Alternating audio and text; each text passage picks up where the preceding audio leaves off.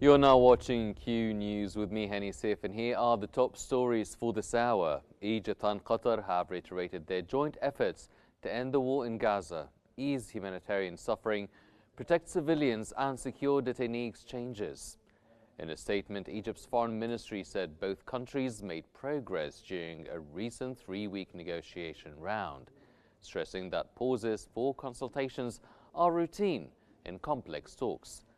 They condemned misleading media leaks that risk derailing mediation and urged international outlets to report responsibly on Gaza's dire humanitarian crisis. Alongside the US, Egypt and Qatar remain committed to securing a comprehensive ceasefire deal.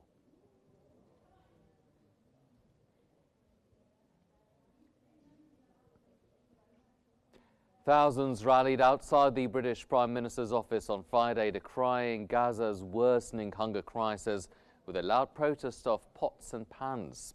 Around 2,000 to 3,000 demonstrators blocked London's Whitehall district, bringing traffic to a halt and trapping a tourist bus near Downing Street.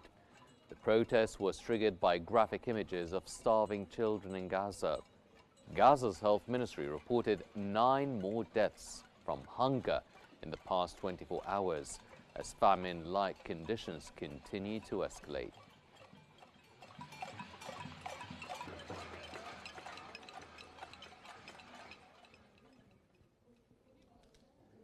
A US-funded aid distribution in Rafah descended into chaos after displaced Palestinian women seeking food were met with pepper spray, tear gas and stun grenades. Organized by the Gaza Humanitarian Foundation, it was the first women-only aid effort since the war began. Witnesses described panic and crowding before the operation was abruptly shut down. The World Food Programme says nearly 1/3 of Gaza's population is going without food for days, with over 90,000 women and children needing urgent treatment.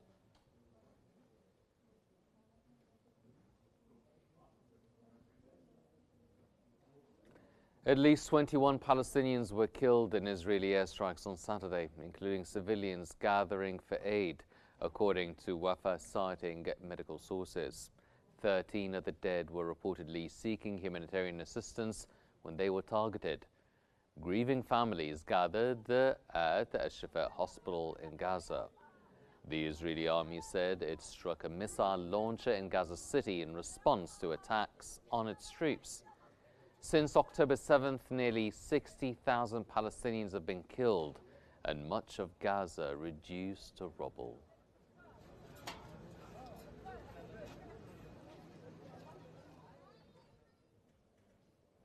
Russia says its forces have seized 5 settlements in the past week and launched coordinated strikes on Ukrainian defense infrastructure, airfields and drone sites. The Defense Ministry also reported the Black Sea Fleet destroyed 4 Ukrainian unmanned boats, and air defenses intercepted hundreds of drones and multiple missiles. Ukraine's military, meanwhile, reported 85 combat engagements, with the heaviest fighting near Pokrovsk.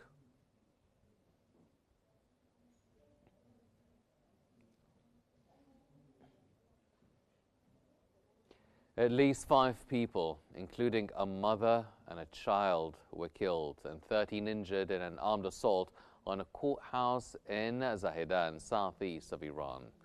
Iranian media said the attackers linked to Sunni militant group Jaish al-Adl used hand grenades and were met with heavy clashes. 3 gunmen were killed by security forces. Jaish al-Adl claimed responsibility and warned civilians to stay away from the area. The Sistan-Balochistan province has long witnessed unrest involving separatist and militant groups.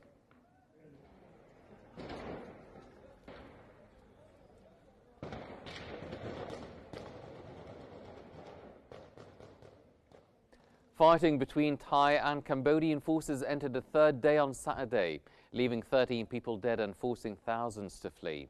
Cambodia reported 5 soldiers and 8 civilians killed in the escalating border clashes, calling on the international community to condemn what it called Thai aggression.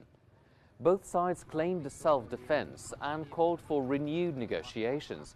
Over 30 people have been killed and more than 130,000 displaced in the worst violence between the neighbors in over a decade.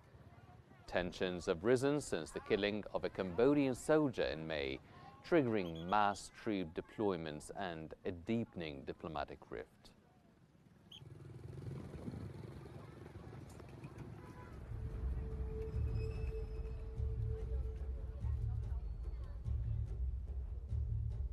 This concludes our top stories for this hour. Stay tuned for more updates here on Q News. Thank you for watching.